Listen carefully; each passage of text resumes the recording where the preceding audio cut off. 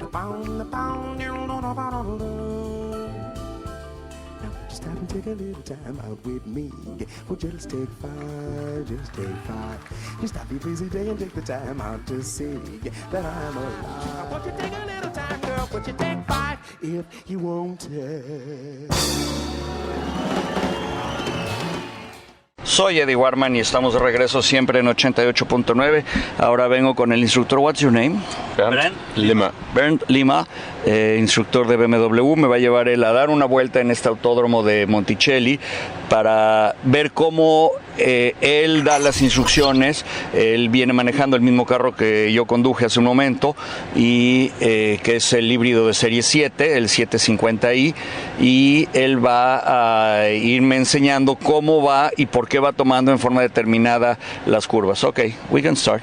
So when you go on the racetrack, you have first to find the right setup for your car. So if you start up the car, you're in comfort, but now we're choosing sport. We go to the sport mode and we reduce the traction control system to the dynamic traction control mode, and then I choose the gear. I go in S mode from the gear, from the shifting, and I have the pedals away. So we placed some cones here on the track, and we have a good orientation. And the red cone shows out the turn-in point, and the most important points are the apex points. Here the white cones. Okay. Braking in front of the cone. Oh, we can afford to turn in on the cone. So you have to finish where is the apex, which is the white one, right? Yeah. The white, you have to be as close as possible in the apex point. Yeah? Here the red one is a braking point and turn in, and I stayed a long time out, and I tighten up that I reach the white one, the apex point. And then I can afford to go on the accelerator, braking for the next corner again. And you go from 75 miles to almost 40 miles. Yeah. So I hold, and when I open my steering, then I can afford to accelerate again. Okay. It's absolutely brake. Yeah. Then you go in the white and one. Now I can find it. So the active steering system helps me to tighten up in the corner, and the X drive gives us maximum traction. So I'm going over the blind brow.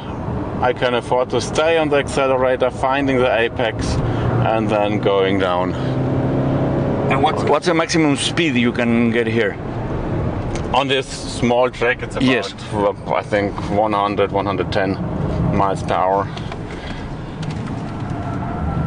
And when you see a black cone, what does it mean? This is the exit cone.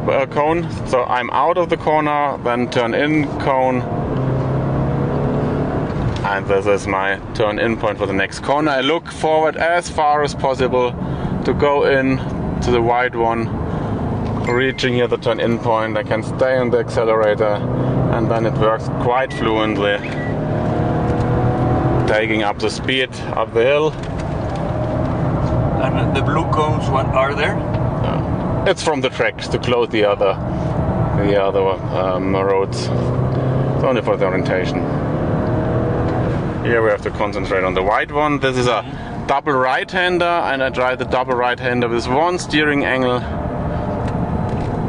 And then I had a little bit input from the traction system. I switch it off completely now. So we are driving with no track control. Yeah, now the traction control system is completely off, and now using the pedals, then I can shift back in front of the corner.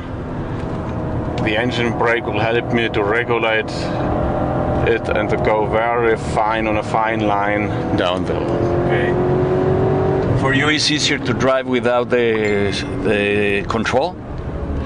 It's easy to drive because the X drive stabilizes the car, and when the system senses, oh, there is too much understeering or oversteering, it distributes the torque to stabilize the car.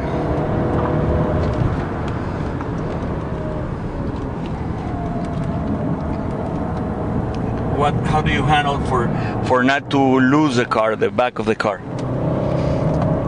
It's very important that you don't fight with the car. You see, I brake in front of the corners, I bring out the speed in front of the corners, and I make one steering angle, I hold the steering angle. I'm not doing like that, like sawing, and to make the car nervous, as calm as possible. This is the fastest way to go around. So I think we stop now, and what's very important when you stop lapping, that the brakes has a possibility to cool down a little bit. Some people go with hot brakes into the pits, and then they are wondering why they are damaged. You can hear it like clack, clack, clack, clack, when it's clinking like that.